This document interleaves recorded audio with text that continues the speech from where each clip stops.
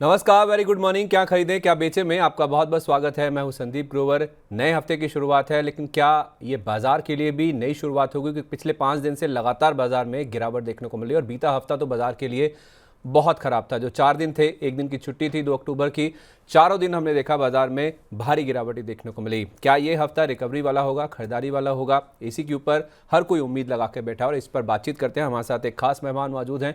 हमारे साथ शरदमिश्रा.com के promoter and CIO Sharad Mishra ji कार्यक्रम में शामिल हो चुके हैं। Sir, very good morning. बहुत बहुत धन्यवाद समय देने के लिए। Welcome to Money 9। तो बाजार हम देख रहे हैं सर, 5 दिन से लगातार गिर रहा है। अब सवाल यह है कि क्या इस हफ्ते रिकवरी आएगी, और इसको हम समझेंगे उससे पहले जरा बीता हफ्ता बाजार के लिए कैसा रहा, शुक्रवार को किस तरह का ट्रेडिंग सेशन था, इसके ऊपर पहले बातचीत कर लेते हैं। 5 दिन से हम देख रहे हैं लगातार बाजार में गिरावट हो रही है और बीते 5 दिन में आप देखेंगे 4.5% से ज़्यादा की गिरावट बाजार झेल चुका है।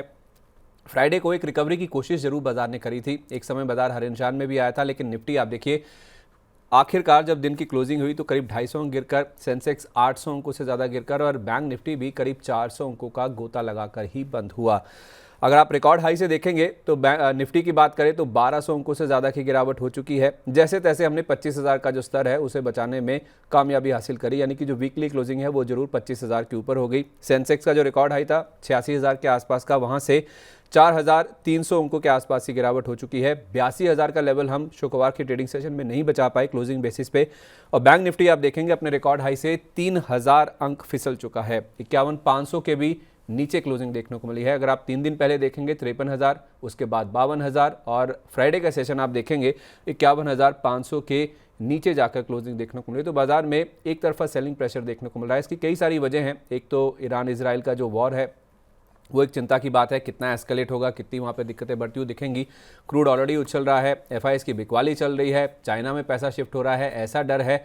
तो ये कुछ दिक्कतें हैं जो कि हम देख रहे हैं कि इंडियन मार्केट्स उससे जूझते हुए नजर आ रहे हैं। निफ्टी ने सर 25,000 का लेवल तो बचा लिया, वीकली क्लोजिंग 25,000 के ऊपर हो गई। पर आपके हिसाब से सर क्या ये गिरावट लंबी चलने वाली है? जी देखिए, अगर आप निफ्टी को देखें तो आप ओवरसोल्ड जोन में ट्रेड कर रहा है। काफी बिकवाली हो गई है। अगर आप ऑप्शन चेन को भी देखेंगे तो यहाँ पर आप देखिए 25,200 को अगर आप देखेंगे तो यहाँ पर कॉल राइटर का एक बड़ा बेस है। करीब 1,30,000 कॉन्ट्रैक्ट खड़े हुए हैं 10 तारीख की एक्सपायरी के लिए। इसके अगेंस्ट अगर आप ऑप्शन राइटर को देखेंगे तो यहाँ पर बेस काफी कमजोर है। वो आई करीब 80,000 के आसपास है। बेस खिसक करके 25,000 के आसपास ही आ गया, जहां अभी भी 1,40,000 के आसपास पुट राइटर्स खड़े हुए हैं और करीब 80,000 के आसपास कॉल राइटर का बेस है। तो यहाँ पर 25,000 के पास एक सपोर्ट है। अगर आप वीकली चार्ट पर देखेंगे तो जो 10 वीक एक्सपोनेंशियल मूविंग एवरेज है उसका एक ब्रेकडाउन हमें देखने को मिला है 25,105। तो मुझे लगता है कि ओवरसोल्ड है निफ्टी। नाउ अगर किसी कंडीशन में 25,105 के ऊपर गिरावट होती है तो बिल्कुल बाय ऑन डिप्स का व्यू रखिए। 24,885 तक आप खरीदारी कर सकते हैं, या कोई भी गिरावट मिले आप खरीदारी कर सकते हैं। एक रिकवरी आएगी क्योंकि 10 वीक एक्सपोनेंशियल मूविंग एवरेज के ऊपर सस्टेन होना बहुत जरूरी था, लेकिन हमें आखिरी के 3 घंटे में आज बिकवाली देखने को मिली। तो अगेन मैं रिट्रेट कर रहा हूँ, 25,105 के ऊपर अगर आज खरीदारी ओपन देखने को मिलता है तो बाय ऑन डिप्स का व्यू रखिए। अगर गैप डाउन ओपनिंग होती है तो ये गिरावट धीरे धीरे आपको अब 20 वीक एक्सपोनेंशियल मूविंग एवरेज 24,590, 24,630, 35 माफ कीजिएगा, तो 24,590, 24,635 तक आपको खींच करके ले जा सकती है इस सप्ताह में ही। तो ये कई सारे मिक्स फैक्टर्स यहाँ पर काम कर रहे हैं। आप देखिए, ना केवल इसराइल और ईरान की वॉर, बट चाइना में जो स्टिमुलस आया है वो भी उनके मार्केट को, इक्विटी मार्केट को और इसके अलावा रियल एस्टेट मार्केट को काफी सपोर्ट दे रहा है। तो वो भी एक बहुत बड़ा फैक्टर है। अगर आप बैंक निफ्टी को देखेंगे तो बैंक निफ्टी में आज ब्रेकडाउन देखने को मिला है 10 वीक एक्सपोनेंशियल मूविंग एवरेज का, जो करीब प्लेस्ड है 51,900 के आसपास। सपोर्ट है 20 वीक सिंपल मूविंग एवरेज का, जो आता है करीब 51,300 के आसपास, और इसके बाद 20 वीक एक्सपोनेंशियल मूविंग एवरेज का जो आता है 51,102 के आसपास। तो मुझे लगता है अगर कोई भी ओपनिंग 51,900 के ऊपर आज होती है जैसा मैंने निफ्टी में दिया था, तो उसी तरह से 50 और 900 के ऊपर कोई भी ओपनिंग होती है तो बाय ऑन डिप्स रखिए। उसके नीचे होती है तो मुझे लगता है गिरावट इसके अंदर बिल्कुल बनी रह सकती है। एक डिस्क्लोजर, एक अंडरस्टैंडिंग मैं यहाँ जरूर देना चाहता हूँ कि भले ही आप निफ्टी देखिए, बैंक निफ्टी देखिए, बैंक निफ्टी थोड़ा सा अभी स्कोप है और गिरने का, लेकिन निफ्टी कहीं ना कहीं ओवरसोल्ड जोन में ट्रेड करता हुआ दिखाई दे रहा है। निफ्टी में देखिए, बैंक निफ्टी में देखिए, चाहे वो 51,900 हो, 51,800, 51,600, सभी जगह पर पुट राइटर का बेस बना हुआ है। इनफैक्ट 52,000 पर भी पुट राइटर अपनी पोजीशन नहीं छोड़ी है। 1,12,000 कॉन्ट्रैक्ट अभी भी खड़े हैं, 1,06,000 कॉन्ट्रैक्ट कॉल राइटर्स के हैं। यहाँ पर देखिए पीसीआर ऑलमोस्ट 1 का है, तो 52,000 का पुट राइटर भी बेस छोड़ने को तैयार नहीं है। तो इंपॉर्टेंट ये है, अगर 51,920 के ऊपर ओपनिंग मिल जाए बैंक निफ्टी में, और निफ्टी में आज आपको कहीं 25,105 के ऊपर ओपनिंग मिल जाए, तो सारे दर्द दूर हो जाएंगे और इसके बाद दोबारा हमें बाय एंड डिप्स देखने को मिलेगा। एक चीज मैं जरूर बोलना चाहता हूँ, देखिए सर, रिजल्ट सीजन आ रहा है, तो अच्छे स्टॉक्स में जहां आपको बिकवाली है, वहां जरूर आपको अगर मौका मिले तो जरूर खरीदारी करिए। चलिए, आपसे समझने की कोशिश करेंगे जो आप हाईलाइट कर रहे हैं अच्छे स्टॉक्स जो कि गिरावट में मिल रहे हैं। मैं आपसे पूछूंगा अभी आपके पिक्स, लेकिन सारा दर्द दूर हो जाएगा अगर निफ्टी 25,105 और बैंक निफ्टी 51,900 के ऊपर आज के सेशन में खुल जाता है, तो फिर आप बाय ऑन डिप्स की रणनीति अपना के चल सकते हैं। तो आपने सर मेरा दूसरा सवाल भी ऑलरेडी एड्रेस कर ही दिया, तो अब हम सेक्टोरल रुझान की ओर बढ़ते हैं। शुक्रवार को सेशन में देखें, दो इंडेक्स थे जो कि गिरावट से बच गए। एक था पीएसयू बैंक इंडेक्स और दूसरा था आईटी इंडेक्स, जहां पे हमने हरे निशान के साथ क्लोजिंग देखी। बाकी तमाम आप एनएसई के इंडाइसिस देखिए, लाल निशान के साथ गिर के ही बंद हुए। सबसे ज़्यादा गिरावट कहाँ थी? मीडिया, जो कि हमने देखा था पिछले कुछ दिनों में आउट परफॉर्मर था। एफएमसीजी, रियल्टी, ऑटो, यानी कि जो रेट सेंसिटिव्स हैं वहाँ पर ज़्यादा फोकस था। एफएमसीजी जैसे डिफेंसिव भी पिटते हुए नजर आए, ये थोड़ा सा चौंकाने वाली बात थी फ्राइडे की जहाँ तक बात है। और उसके साथ साथ आप देखिए बाजार एक तरफ गिरता जा रहा है और इंडिया विक्स उछलता जा रहा है। 7% ऊपर बंद हुआ। उससे एक दिन पहले भी आप देखिए 10% के आसपास का उछाल था। इंटरडे में लगभग 10% उछला था ये। और 40 शेयर ऐसे हैं निफ्टी के जो कि 50 में से गिरकर, यानी कि लाल निशान के साथ जाकर बंद हुए। MNM, Bajaj Finance, Asian Paints, Nestle India, BPCL, UltraTech Cement, ये कुछ टॉप 6 ऐसे स्टॉक्स हैं जो कि निफ्टी में सबसे ज़्यादा गिरने का काम कर रहे थे या फिर निफ्टी को सबसे ज़्यादा नीचे ला रहे थे। रेट सेंसिटिव से अगर मैं शुरुआत करूं सर, ऑटो हुआ, रियल्टी हुआ, एक समय के आउट परफॉर्मर्स रहे हैं ये। अब इनमें भी जो गिरावट है वो साफ तौर पे बनती हुई नजर आ रही है। और इनफैक्ट एक दिन से नहीं, 2 दिन से हम देख रहे हैं कि लगातार गिरावट हो रही है। क्या ये एफआईज का सेलिंग प्रेशर है या आपको लगता है कि केवल मुनाफा वसूली हो रही है? कुछ ऐसे स्टॉक्स भी हैं जैसे आप हाईलाइट कर भी रहे थे, अच्छे स्टॉक्स हैं जहाँ पे इस गिरावट में धीरे धीरे ही सही लेकिन खरीदारी शुरू कर सकते हैं।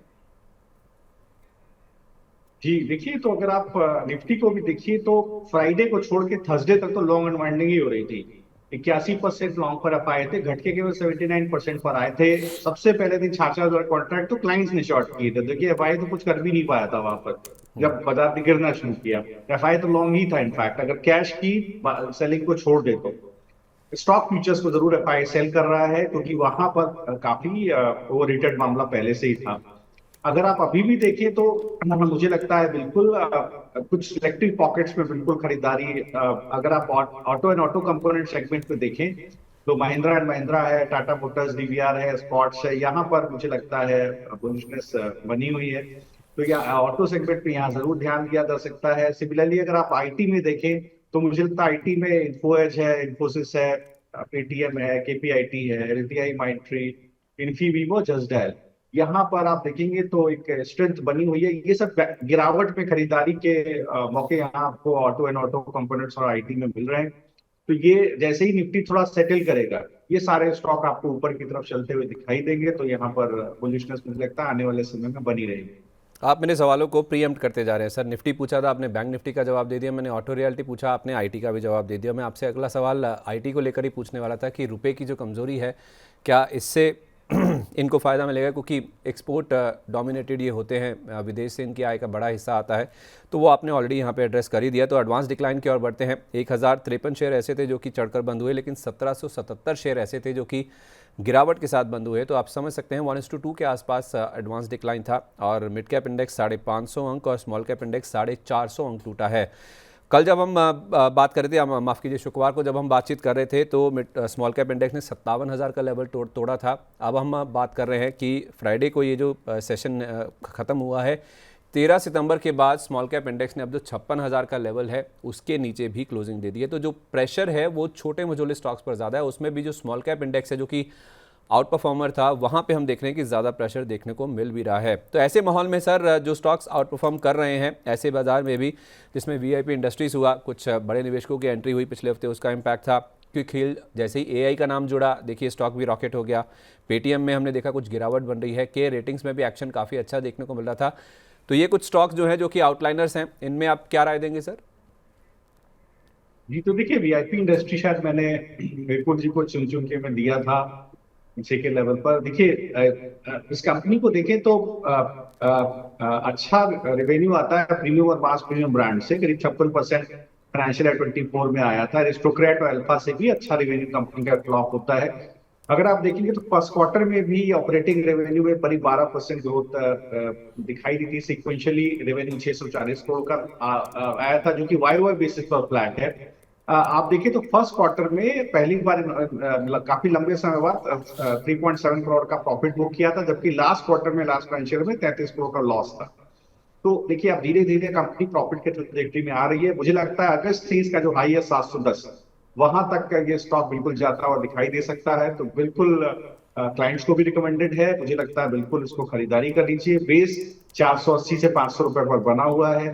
धीरे धीरे स्टॉक 660 और 710 की ट्रैजेक्टरी में आपको पोजिशनली जाता हुआ दिख सकता है। ओके, तो 660 और 710 तक के जो लेवल्स हैं वो वीआईपी इंडस्ट्रीज में देखने को मिल सकते हैं। आप कुछ कह रहे थे सर?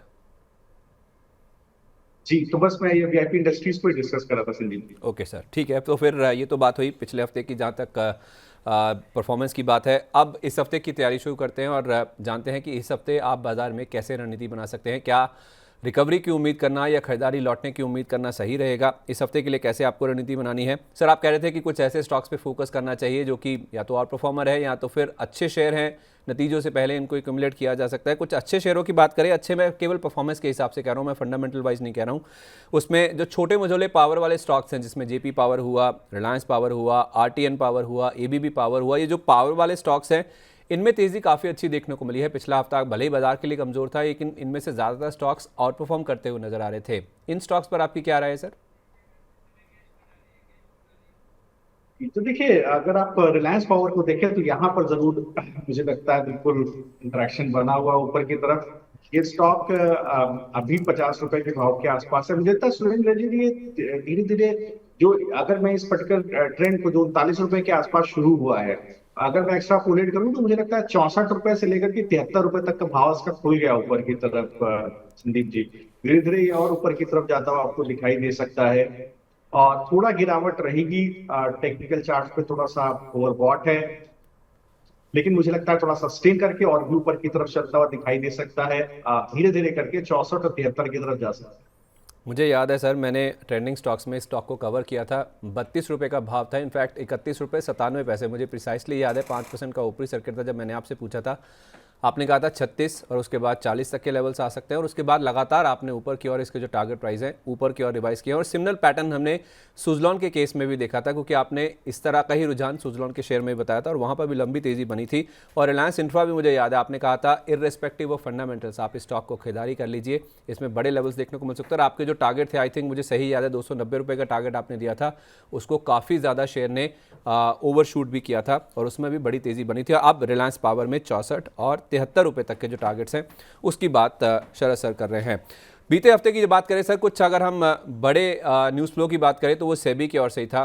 30 सितंबर को इनकी बोर्ड बैठक हुई थी। बोर्ड बैठक में तो फैसला नहीं आया, लेकिन मंगलवार 1 अक्टूबर की शाम को सेबी ने सर्कुलर के जरिए जो एफएनओ को लेकर 6 बड़े फैसले लिए हैं, उसका ब्रोकिंग इंडस्ट्री को लेकर हमने देखा है कि बड़ा इंपैक्ट आता हुआ दिखा है। कई सारे फैसले लिए गए हैं। रिटेल निवेशकों को एफएनओ से रोकने के लिए वहाँ पे सौदे की जो वैल्यू है, मिनिमम लॉट साइज़ है, वो भी बढ़ा दिए गए हैं, और वीकली एक्सपायरी जो है उनको भी कर्व किया गया है। बहुत सारे फैसले लिए गए हैं। तो उसका जो इम्पैक्ट हमने ब्रोकिंग स्टॉक्स पर देखा है, आपके हिसाब से ये कितना नेगेटिव है सर ब्रोकिंग इंडस्ट्री के लिए?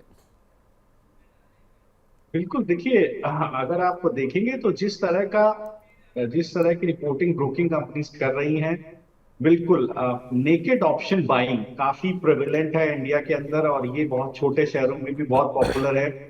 और अगर आप जीरोधा के भी नंबर्स देखें तो जहां तक मुझे अंडरस्टैंडिंग है, 8500 करोड़ की टॉप लाइन में 4500 करोड़ रुपए का प्रॉफिट बनता है संदीप जी। आप ज्यादा वेट कर सकते हैं, तो आप समझ लीजिए किस तरह के मार्जिन्स हैं ब्रोकरेजेस के। तो यहाँ पर बिल्कुल ध्यान देने की जरूरत है, क्योंकि जो हेज फंड्स हैं, जो बेसिकली पोजीशंस हेज करके चलते हैं, वो नेकेड ऑप्शन बायर्स को या फ्यूचर बायर्स को नुकसान पहुंचाते हैं। और ये ट्रेंड काफी समय से प्रिवेलेंट है इंडिया में कि आप छोटे पैसे पर भी अच्छा पैसा ऑप्शन में बना सकते हैं। उसी को कर्व करने के लिए सेबी ने स्टेप लिया है।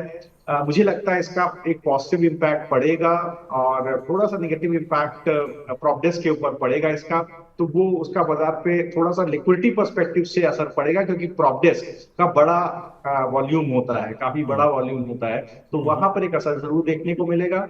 लेकिन मुझे लगता है स्लोली एंड ग्रेजुअली बाजार इसको एब्जॉर्ब कर लेगा। बाजार ये इस डिस्कशन पेपर को वैसे भी काफी कुछ डिस्काउंट करके चल रहा था, तो मुझे लगता है अच्छा स्टेप है। ब्रोकर्स को थोड़ा सा नुकसान जरूर होगा। जो एग्जॉर्बिटेंट ब्रोकरेजेस बन रही थी, वहां पर कमी देखने को मिलेगी। तो ये बहुत इंटरेस्टिंग होगा देखना कि मोतीलाल ओसवाल, इसके अलावा इंडिया इन्फोलाइन और दूसरे शेयर्स कैसे बिहेव करते हैं।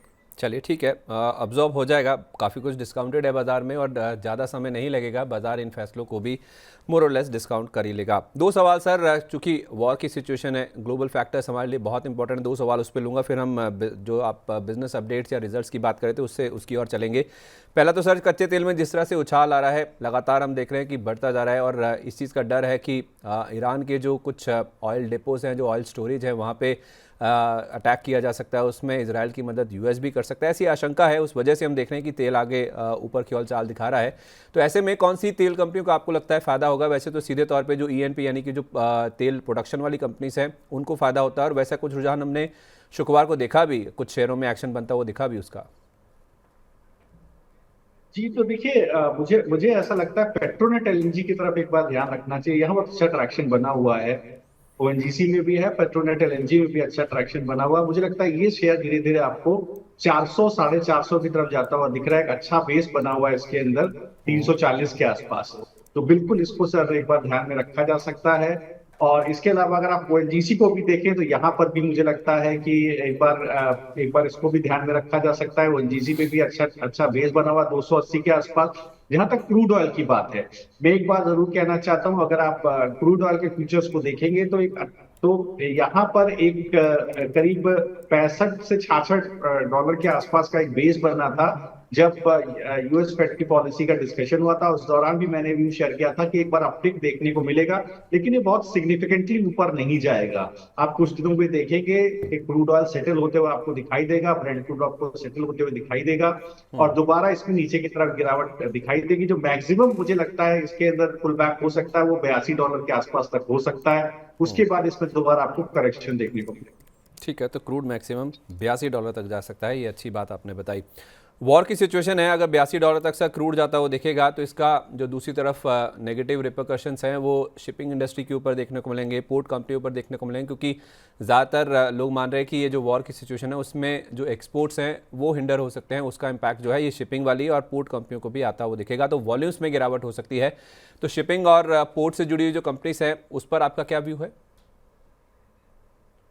तो देखिए, अगर आप शिपिंग और पोर्ट से जुड़ी हुई कंपनी को देखेंगे, तो वैसे भी काफी जबरदस्त यहाँ पर प्रेशर ऑलरेडी देखने को मिल रहा था।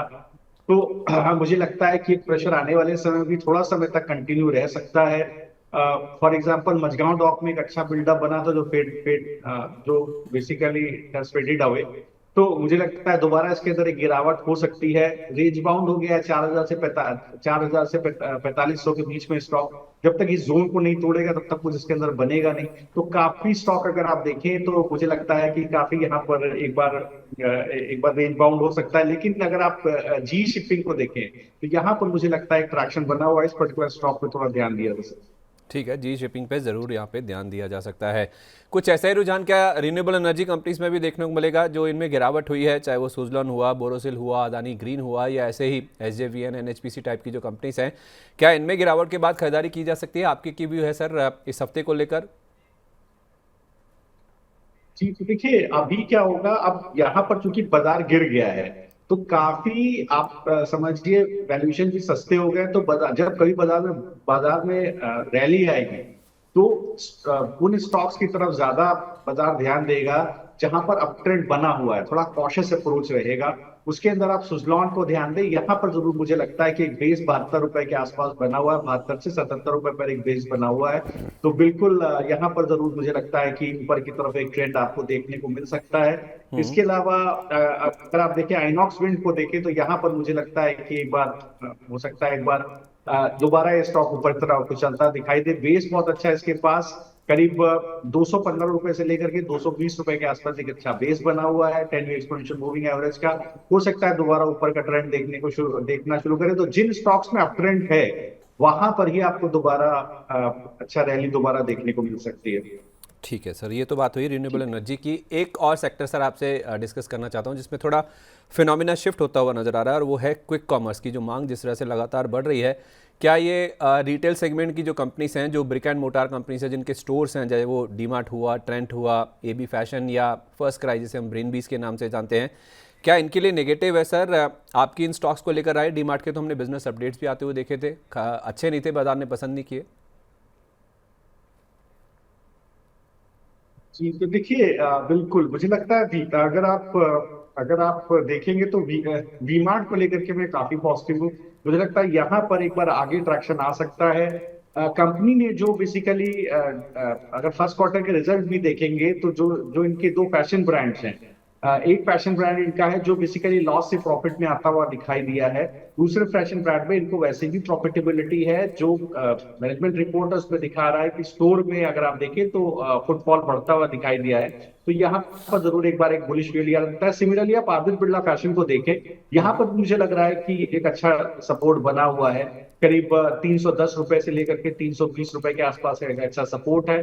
बाय ऑन डिप्स का व्यू रखना चाहिए। सिमिलरली आप जोमेटो में देखें तो यहाँ पर भी एक अच्छा बेस बना हुआ है। करीब 260 रुपए के आसपास का एक अच्छा बेस है, जो इस वीक का लो भी लास्ट वीक का लो भी है। मुझे लगता है बिल्कुल यहाँ पर अप ट्रेंड कंटिन्यू रह सकता है। जोमेटो आपको स्लोली एंड ग्रेजुअली 360 370 की ट्रेजेक्टरी तक जाता हुआ दिखाई दे सकता है। 360 370 तक के जोन्स तक जोमेटो का शेयर भी जाता हुआ दिख सकता है। 260 रुपये का अच्छा बेस यहाँ पे बन गया।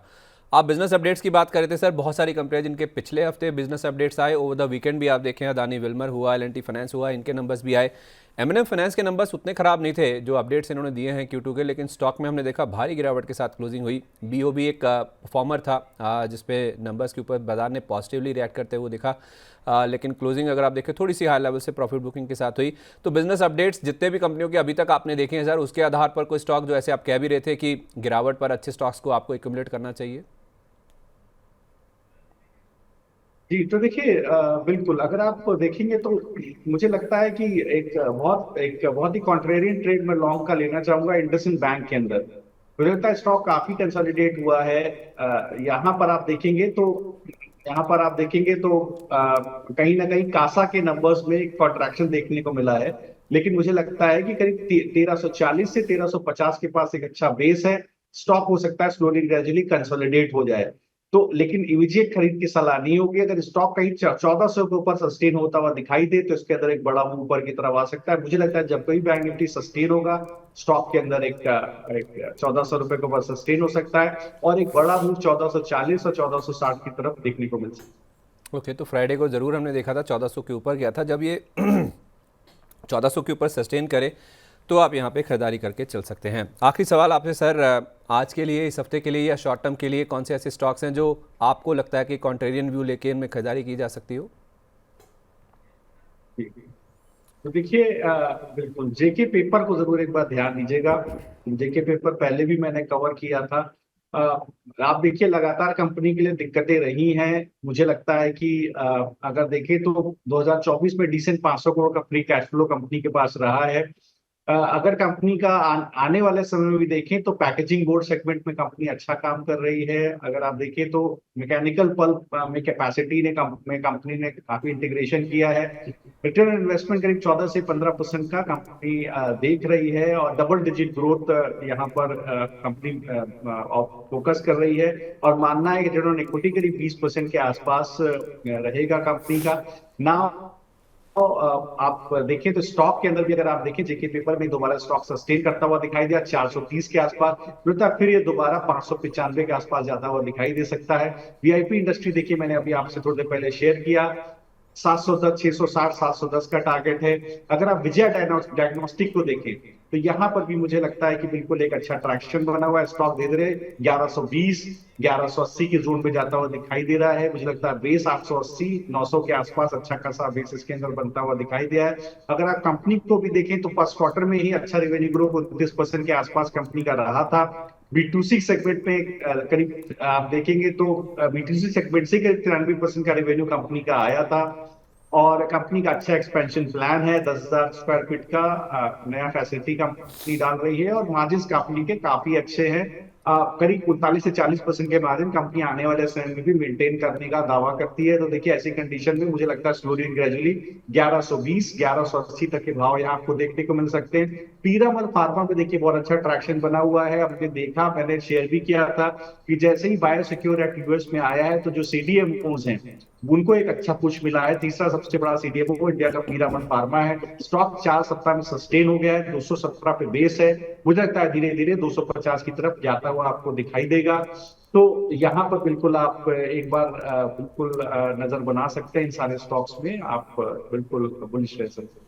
सर आपने वीआईपी इंडस्ट्रीज़ की बात करी, जेके पेपर बताया, विजय डायग्नोस्टिक्स और पिरामल फार्मा, ये 4 स्टॉक्स हैं। इनके टारगेट तो सबके पता चल गए सर। अगर आप इनमें से किसी का स्टॉप लॉस बता दें और व्यू बता दें हमारे दर्शकों को। देखिए बिल्कुल, अगर आप देखिए मैंने पहले एक वीमार्ट भी शेयर किया था, तो उसको भी मैं इसी में ऐड कर देता हूँ। ये सारे डिस्क्लोजर ये है कि सारे क्लाइंट्स को रिकमेंडेड है। तो ठीक है सर। वीमार्ट में देखिए 3730 का स्टॉप लॉस रखिए, 4450 का पहला टारगेट है। तो यहाँ पर देखिए करीब 15% का अपसाइड करंट भाव से दिखता है आपको। जेके पेपर में आप 430 का स्टॉप लॉस लेकर के चले, बाय ऑन डिप्स रखे। स्लोली एंड ग्रेजुअली स्टॉक है आपको 595, 600 के डायरेक्टिव में करीब 20% का अपसाइड आपको मिलेगा। होल्ड करिएगा थोड़ा सा। वीआईपी इंडस्ट्री में देखिए मुझे लगता है 660, 708 तक के टारगेट है। स्टॉप लॉस करीब 500 रुपए के आसपास रखिएगा। और अब आप इसका वीक कर दो, 520 के आसपास भी स्टॉप लॉस रखिए, 563 का भाव है। सिमिलरली विजय डायग्नोस्टिक में 880 का स्टॉप लॉस रखिए, 933 तक डिस्प बाय कीजिए, 1120 और इसके बाद 1180 तक के टारगेट आपको खुलते हुए दिखाई दे सकते हैं। और पीरामल में आप देखिए 217 का स्टॉप लॉस रखिए, 253 का टारगेट 12% का ऊपर आपको देखने को मिलेगा। चलिए, तो 5 स्टॉक्स हैं कुल मिलाकर जिसमें आपको खरीदारी करनी है। इसमें से 3 नाम तो वी से ही शुरू होते हैं, जिसमें वी मार्ट है, वीआईपी इंडस्ट्रीज़ है, विजया डायग्नोस्टिक्स है। यहाँ पे आपको टारगेट के साथ साथ जो स्टॉप लॉस के लेवल हैं वो भी बता दिए गए हैं। तो जेके पेपर की जहाँ तक बात है तो स्टॉप लॉस इसमें आप 430 रुपये का ऐड कर लीजिए। वीआईपी इंडस्ट्रीज़ में आपका जो स्टॉप लॉस है वो 520 रुपये का बनता है। विजय डायग्नोस्टिक्स की जहाँ तक बात है तो 880 रुपये का सर ने स्टॉप लॉस दे दिया। वी मार्ट में 3730 रुपये का स्टॉप लॉस है।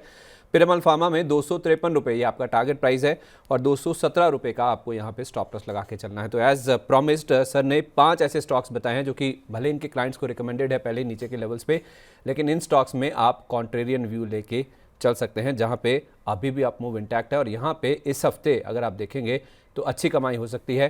टारगेट प्राइजेस आप नोट कर सकते हैं, आपकी स्क्रीन के ऊपर है। बहुत बहुत धन्यवाद सर आज कार्यक्रम में शामिल होने के लिए। सारे स्टॉक्स हमारे दर्शकों के लिए आप ढूंढ कर लाए, निकाल कर लाए, उसका बहुत बहुत धन्यवाद। जाने से पहले कोई डिस्क्लोजर सर? जी जी संदीप जी, इसमें जितने स्टॉक मैंने रिकमेंड किए हैं वो सारे ही, इसके अलावा जोमैटो और पेटीएम वगैरह स्टॉक्स जो है वो क्लाइंट के पोर्टफोलियो में है सर। चलिए, बहुत बहुत धन्यवाद sir, thank you so much. उम्मीद करते हैं ये हफ्ता बाजार के लिए अच्छा होगा, प्रॉफिटेबल होगा और आपके लिए भी आज का दिन, ये पूरा हफ्ता बहुत शुभ रहे sir. Thank you so much for joining us. तो क्या खरीदे क्या बेचे में आज के लिए बस इतना ही, लेकिन सुबह 10:30 बजे अगर कोई दुविधा है, कहीं आप फंस जाते हैं या बाजार में फिर से कोई गिरावट गहराती है, आपके मन में कोई सवाल आता है, तो आप हमारे साथ जुड़ सकते हैं। बीच बाजार में मेरे सहयोगी विवेक मित्तल आपके लिए खास कार्यक्रम लेके आते हैं। तो जुड़ना मत भूलिए, सोमवार से शुक्रवार सुबह 10:30 बजे बीच बाजार में। तो क्या खरीदें क्या बेचें में आज के लिए बस इतना ही। उम्मीद करते हैं बाजार में रिकवरी वाला ये हफ्ता रहेगा और आपके लिए भी आपके पोर्टफोलियो में हरे निशान के साथ क्लोजिंग देखने को मिलेगी। आपको बहुत ज़्यादा मुनाफा इस हफ्ते होता हुआ दिखेगा। इसी उम्मीद के साथ आप मुझे इजाज़त दीजिए, अब आपसे कल मुलाकात होगी। नमस्कार।